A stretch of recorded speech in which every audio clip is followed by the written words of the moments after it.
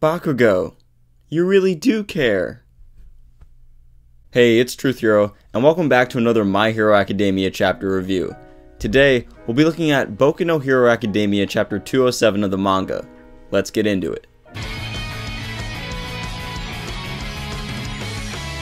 Now, besides the bias reporting and fake news from Vlad King, this chapter will have some serious moments, but the teachers are actually very interesting to look at here.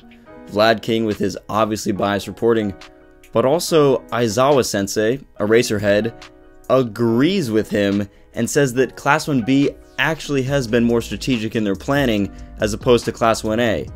But not only does he admit this, he admits it's because of his teaching. Dang, that's pretty honest for Aizawa. Also, I never thought I'd see the day where Monoma, in all his ranting, was actually correct.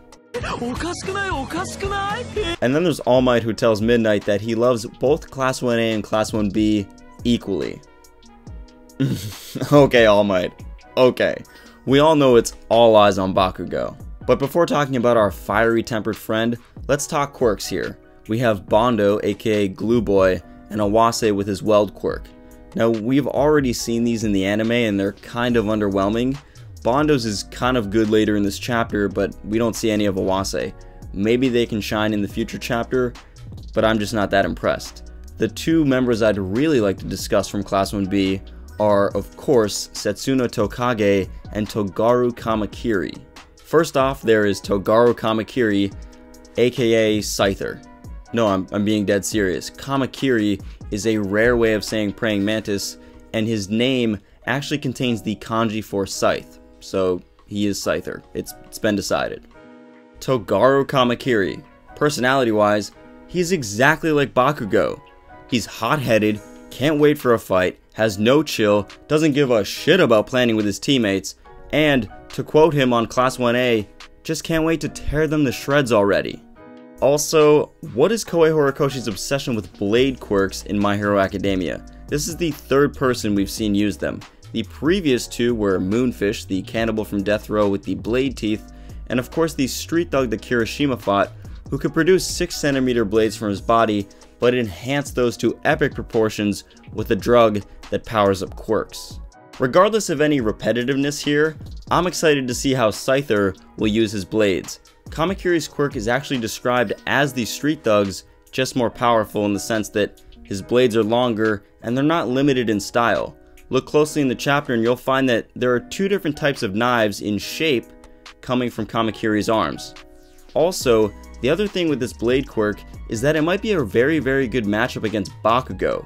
Bakugo, if you'll remember in the training camp arc, couldn't land a hit on Moonfish due to the length of blades limiting his close combat abilities.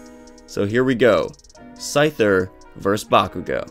Alright, and now, the girl you've all been waiting for. The girl with the ability to amputate her lizard limbs and control any part of her body at will, Buggy. Wait, what? Listen, I don't even watch One Piece, and this is the first thing I thought of. If you can't see the similarity between Setsuna Tokage's lizard cut quirk and Buggy's chop chop fruit, I feel bad for you, son. This is genuinely one of the most interesting quirks I've seen in My Hero Academia, not only for its similarity to One Piece, but also for its sheer effectiveness at confusing and countering Class 1A. I'm not sure Bakugo will be able to get a hit on Tokage if she can split her body into 50 small pieces.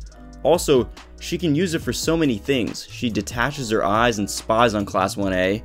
Really, she's only limited by her imagination.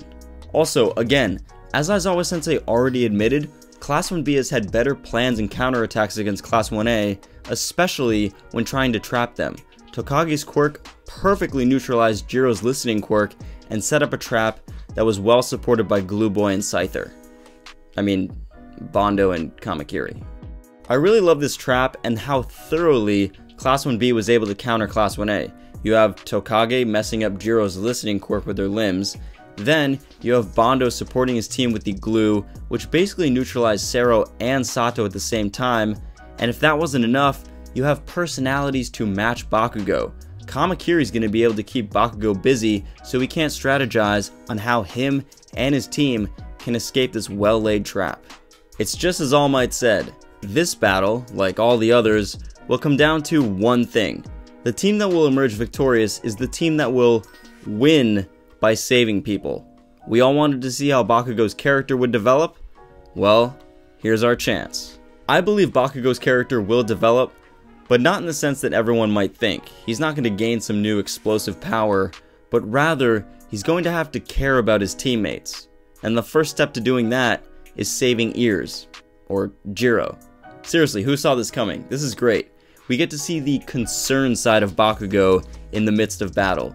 Contrary to what people think, I think that Bakugo does care about his teammates, he just has a very different way of showing it. Bakugo doesn't care if he knows their names or care about calling them punks or even underlings.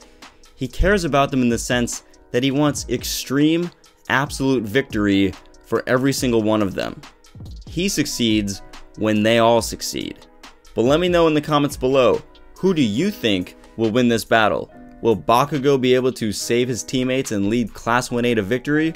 Or will Class 1B assert its dominance with Awase, Buggy, Scyther, and Glue Boy?